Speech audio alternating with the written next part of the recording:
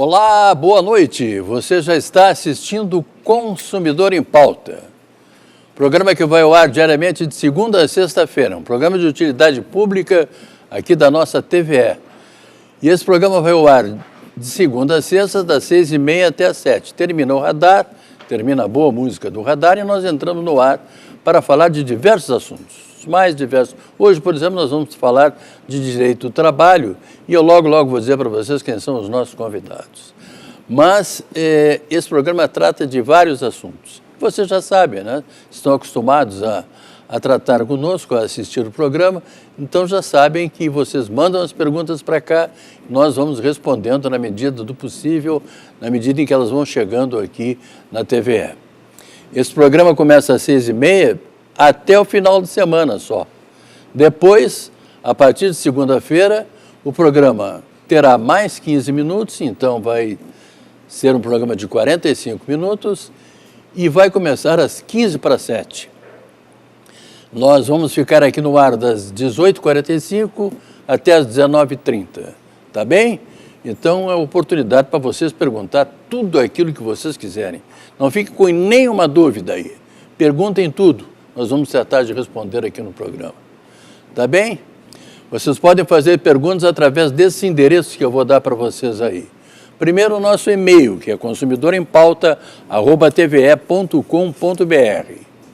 Pode também telefonar para 3230 1500, que é o telefone da TVE, 3230 1530, né? É o telefone da TVE, aqui do nosso programa. Ou então vocês podem mandar um WhatsApp para o prefixo 51, hoje eu estou com uma certa dificuldade aqui, mas prefixo 51, o telefone é 985-946-773. Vou repetir para que vocês aprendam bem. O prefixo é 51 e o telefone é 985-946-773. Esse programa é repetido às 7 horas da manhã. Amanhã de manhã, às 7 horas, esse programa está no ar. E também vocês podem assistir ao vivo através do www.tve.com.br. Entra nesse sitezinho que eu dei para vocês aí, nesse endereço que eu dei, e clica TV ao vivo. Aí você assiste o programa ao vivo, mesmo na internet. Falei que hoje nós teremos direito do trabalho. E eu tenho aqui comigo, com muito prazer, mais uma vez, a presença do Dr. Diego Paim. Boa noite, Dr. Diego, tudo bem? Boa noite, Machado. Boa noite, Dr. Marcos, ao pessoal de casa. Tudo ótimo, graças a Deus. E, como disse o Dr. Diego, eu tenho o prazer de receber hoje aqui pela primeira vez o Dr. Marcos Pizzino, que é juiz do trabalho. Boa noite, Dr. Marcos, tudo bem? Boa noite, Machado. Boa noite, Dr. Diego. É um prazer compor a mesa. Dr. Marcos durante muitos anos foi juiz lá em Uruguaiana, foi isso? Sim. Uruguaiana, eu estava brincando com eles aqui, mas faz parte da grande São Gabriel, né? Uruguaiana. Passa por São Gabriel e depois vai chegar em Uruguaiana. Mas é uma brincadeira que eu faço aqui com todas as cidades que ficam ao redor de São Gabriel, são todas cidades maravilhosas. Uruguaiana realmente é uma cidade fantástica, muito bonita mesmo. Machado, me permite só mandar um beijo em 10 segundos. Se não for para mim, pode mandar.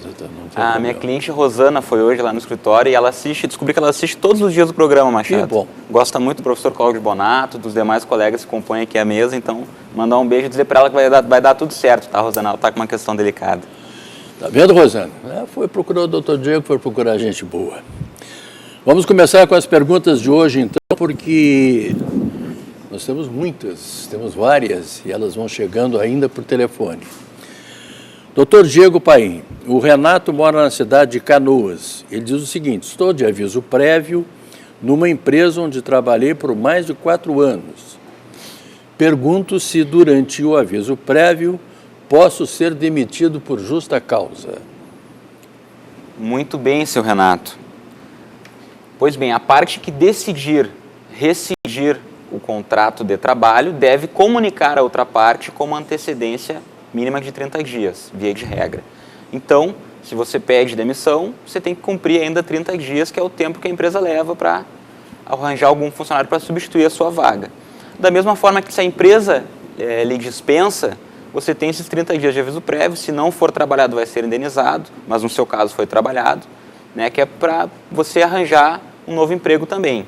O que ocorre? O período do aviso prévio, ele é considerado tempo de serviço para todos os efeitos legais. Então, o que isso significa? Que durante todo o período do aviso prévio, permanecem valendo todas as obrigações e deveres do contrato de trabalho. O empregador continua tendo que zelar pelas condições de trabalho, continua pagando o salário, e o empregado, por sua vez, também, durante o período do aviso prévio, ele continua com as mesmas obrigações contratuais, ele tem que ser pontual, cumprir as tarefas todas. Então, sim, se for cometida uma falta grave que justifique uma rescisão por justa causa, isso também é possível durante o curso do aviso prévio, justamente porque permanecem tanto os deveres quanto os direitos nesse período.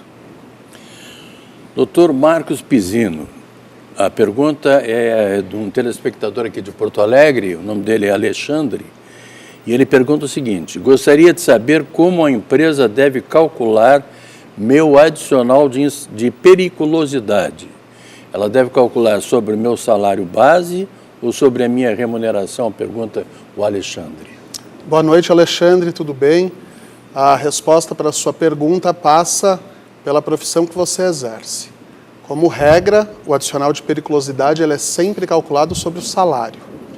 No entanto, com relação à categoria dos eletricitários, até o ano de 2012 se admitia que era calculado sobre a remuneração. Havia uma legislação específica que previa que para os eletricitários a base de cálculo da periculosidade não era o salário, era a totalidade das parcelas salariais, era a remuneração. Essa legislação já não está mais em vigor. Não obstante, o Tribunal Superior do Trabalho fixou entendimento no sentido de que os contratos iniciados antes da alteração legislativa permanecem tendo a periculosidade calculada sobre a integralidade das verbas salariais. Então, se você for eletricitário admitido antes de 2012, é sobre a remuneração. Eletricitário admitido depois de 2012 e pertencente a qualquer outra categoria, sobre o salário básico. Falando em abraço, o doutor Diego mandou um abraço, eu vou aproveitar e mandar um abraço para outra cidade que fica também, que faz parte da Grande São Gabriel, que é a cidade do Alegrete. Então, está nos assistindo lá através do canal 9. Um grande abraço para os alegretenses lá, né? Esse negócio é brincadeira minha, hein? Senão vão ficar bravos comigo aqui. Não me perguntem onde fica o Alegrete também. Doutor Diego, um telespectador que pede para não ser identificado, um telespectador anônimo, trabalho em regime CLT e gostaria de saber se posso ser demitido, já que minha esposa ganhou um bebê faz 8 dias. Tenho 1 ano e 5 meses de infirma. O que o telespectador quer saber é se ele tem a estabilidade, que é a mesma estabilidade que a gestante tem, né? Seria bom se tivesse, caro telespectador, mas nesse caso a lei não prevê. O que a lei prevê nesse sentido? Está lá no artigo 10, inciso 2, a linha B do ADCT, que é o Ato das Disposições Constitucionais Transitórias, que a gestante, a empregada gestante, ela detém estabilidade provisória no emprego desde a confirmação da gravidez até 5 meses após o parto. Porém, essa estabilidade é somente para a mãe. Ela não é estendida para o pai. O que o pai tem direito é somente aquela licença paternidade, que conforme a Constituição também é de 5 dias. Se a empresa estiver aderida ao programa Empresa Cidadã do governo, essa licença pode ser estendida por mais 15 dias. Então, se torna uma licença de 20 dias. Existe, Machado, um ou outro julgamento já precedente que conferiu alguma espécie de licença remunerada, estendida, por exemplo, de 4 meses para o pai. Mas isso são casos isolados, tá? A lei expressamente não prevê essa estabilidade para o genitor, para o masculino no caso, né? Somente para a empregada mãe, a mulher gestante. Doutor Marcos, a pergunta agora vem da cidade de... Eu também aqui de Porto Alegre. O doutor Marcos está pegando hoje os porto-alegrenses aqui. A pergunta é do Valdeci. Faz 1 ano que trabalho sem carteira assinada e agora o patrão disse que não paga 13º salário, nem concede férias. E o Valdeci quer saber se o patrão dele pode fazer isso. Valdeci, a resposta para a sua pergunta é não. Ele não pode fazer isso. Mas melhor do que a resposta, entender o porquê que ele não pode fazer isso. O contrato de trabalho ele é um contrato que ele se caracteriza pela realidade. Ele não precisa de nenhuma formalidade adicional para existir. Então, preenchidos os requisitos que a lei prevê para esse tipo de vinculação, o contrato existe.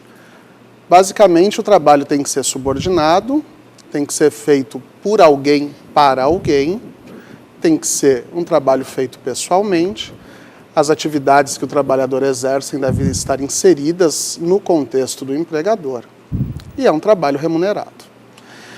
Preenchidos esses requisitos, existe o vínculo de emprego, pouco importando se ele estiver anotado ou não na sua carteira de trabalho. Então, desde que o seu trabalho seja oneroso ou seja remunerado, pessoal, mediante ordens do empregador, numa atividade inserida no contexto desse empregador, e que o seu empregador seja o beneficiário da sua mão de obra, você é empregado e, como empregado, tem direito a 13º e férias. Doutor Diego, começaram a chegar as perguntas agora por telefone. Vou lhe fazer uma aqui que é do Ricardo, que mora na cidade de Viamão. Trabalho de serviços gerais e faço serviço de zelador. Meu contrato de trabalho está como serviços gerais e faço serviço de portaria e entrego correspondência em geral. Ele quer saber se isso está correto, doutor Diego. Pois bem, Ricardo, né? O que acontece? A gente até teve uma pergunta no programa passado sobre os serviços gerais. Aliás, nós poderíamos aproveitar, doutor Diego. Pode ser, Machado, podemos juntar duas em uma. A pergunta do Xavier, da Cidade Baixa. Ele disse que é ajudante geral, que exerce atividade de serviços gerais, pode exercer qualquer atividade, por exemplo, pedreiro, eletricista, motorista, etc., já que tudo é serviços gerais, segundo a engenharia? Pois é. O que acontece? Via de regra, quando a empresa vai fazer uma contratação, ela consulta lá o seu contador e ele vai analisar o quê? O CBO, que é a Classificação Brasileira das Ocupações. Lá, prioritariamente, estarão descritas as atividades para cada cargo. Por exemplo, auxiliar de serviços gerais. Vai fazer serviço de limpeza, de manutenção, de pequenos reparos. E a gente tem que levar em consideração também qual é a atividade da empresa, né? Por exemplo, no seu caso seria um condomínio. Assim como, salvo engano, tem um CBO específico para zelador e outro para porteiro. E aí vai ter as atividades específicas daquele cargo. Paralelo a isso, o que a gente tem que analisar, Ricardo? O contrato de trabalho.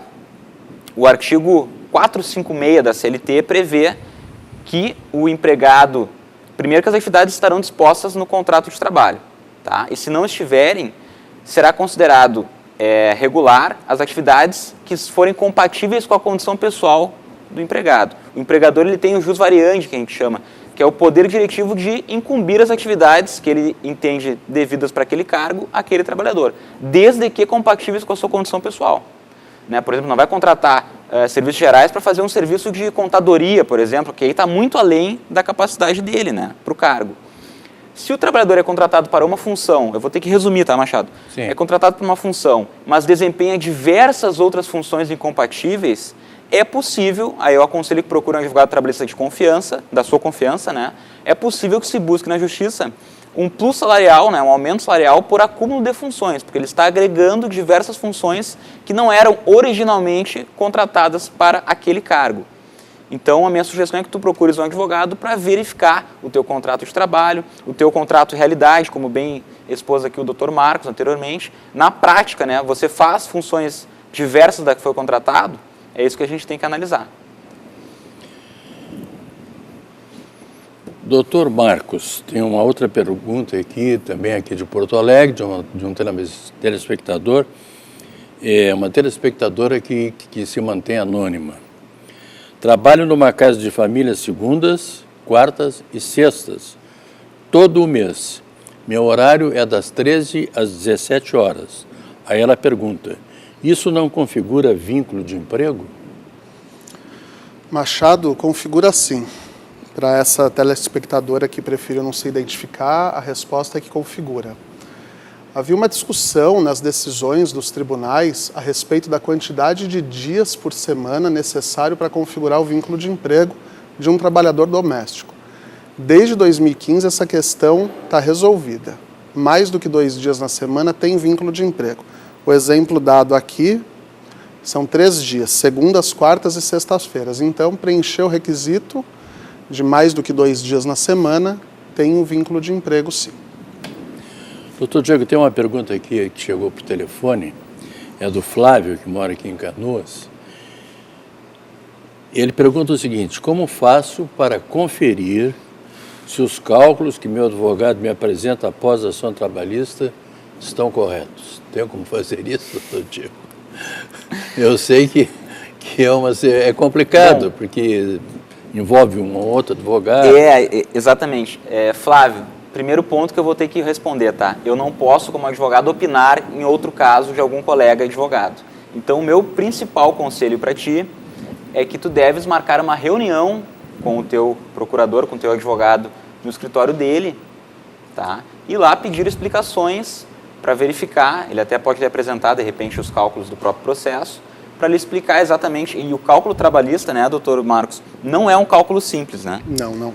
A vara sempre pede ali uma certidão de cálculos que envolve custas, honorários periciais, INSS, FGTS, enfim, realmente não é um cálculo simples de analisar. Então, sempre o melhor é a reunião presencial para analisar. Tá? E, paralelo a isso, sempre é possível que as partes que são partes do processo, né, a gente brinca que são os donos do processo, é possível também que eles se dirijam à vara do trabalho para verificar o seu processo pessoalmente. Mas, tendo um advogado, o conselho sempre é procurar, primeiramente, o seu advogado por uma relação mais transparente, né, Machado? Pois é, sempre que envolve um trabalho de um outro profissional é complicado, né? Para que um profissional que vem aqui ao programa responda à pergunta, mas a gente responde. Doutor Marcos, eu tenho aqui uma pergunta que chegou por telefone, é do telespectador Paulo, ele mora na cidade de Alvorada. Ele diz que trabalha há 34 anos e há 22 anos na mesma empresa. Só que a empresa, há 22 anos, não deposita o fundo de garantia por tempo de serviço.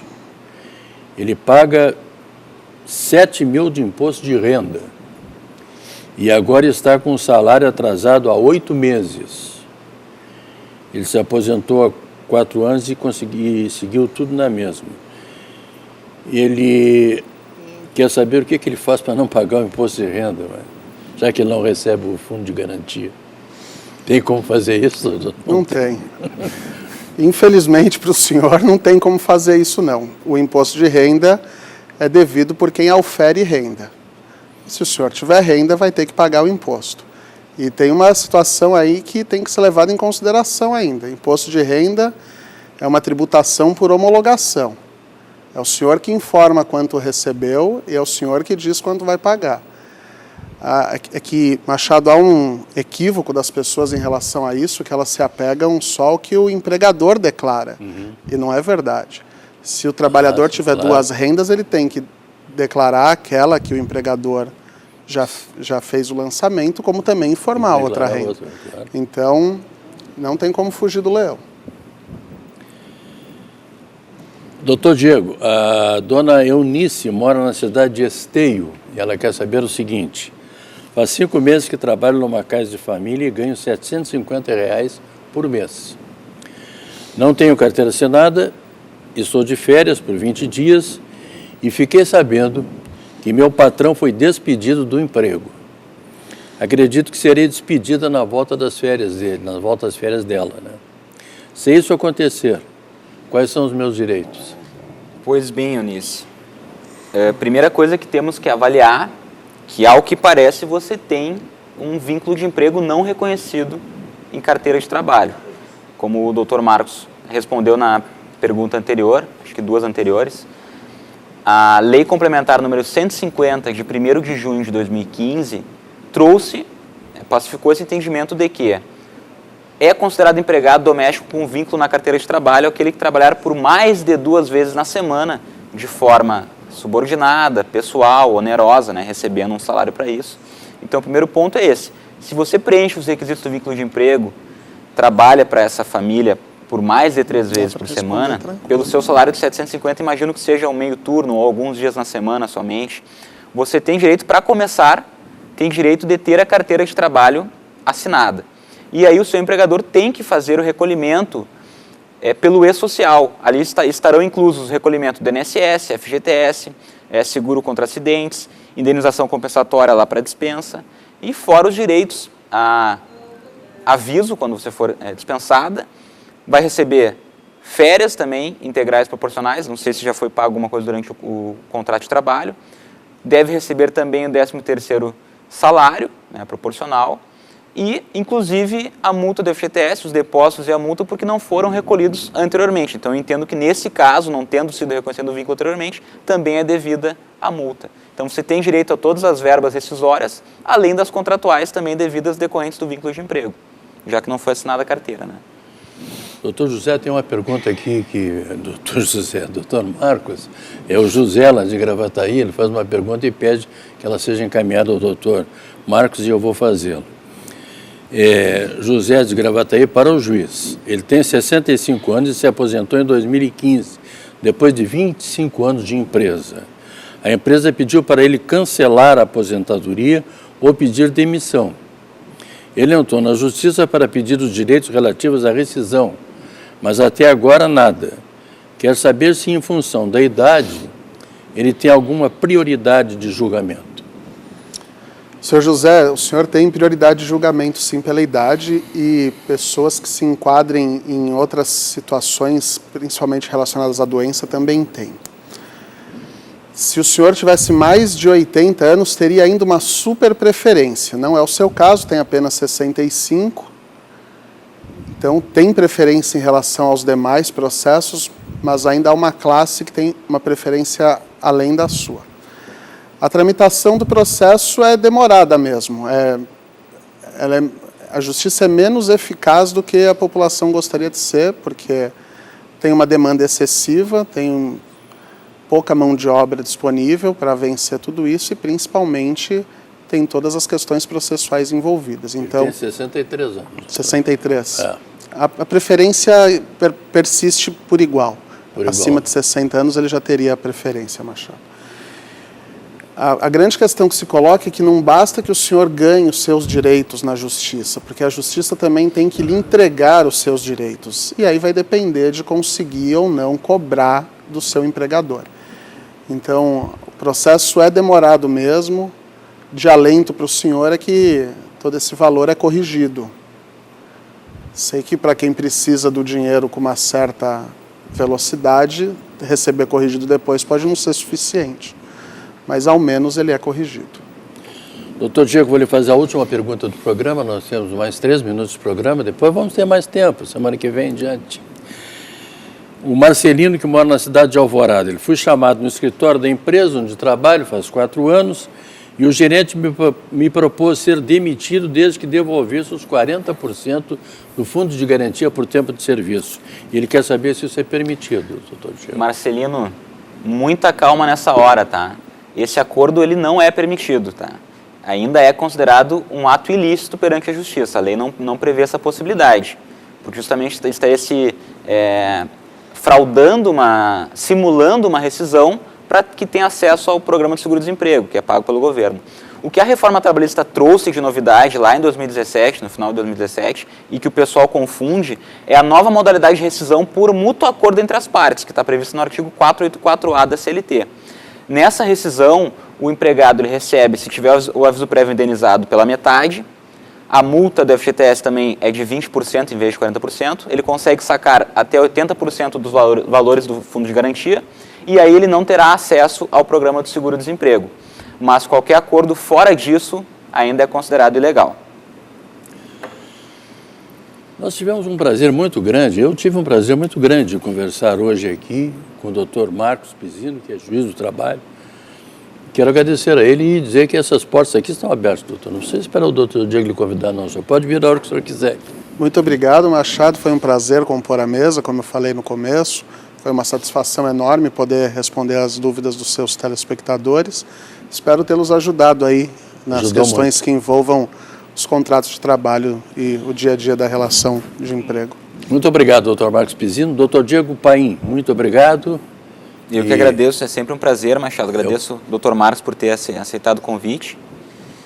Eu passei ali perto da Assunção, só isso que eu ia dizer. Eu moro ali perto. Ah, sim, eu também passo perto. Tá bom, então. Agora é Colégio Marista, né? Colégio Mas antes Marista era Assunção. Ginásio Nossa Senhora da Assunção. Lembrando a todos vocês que amanhã, às 6h30, quarta-feira, eu estarei aqui para tratar de direito imobiliário. Então, fica o convite para que vocês estejam conosco amanhã, aqui nesse horário. A todos vocês, muito obrigado, muito boa noite e até lá.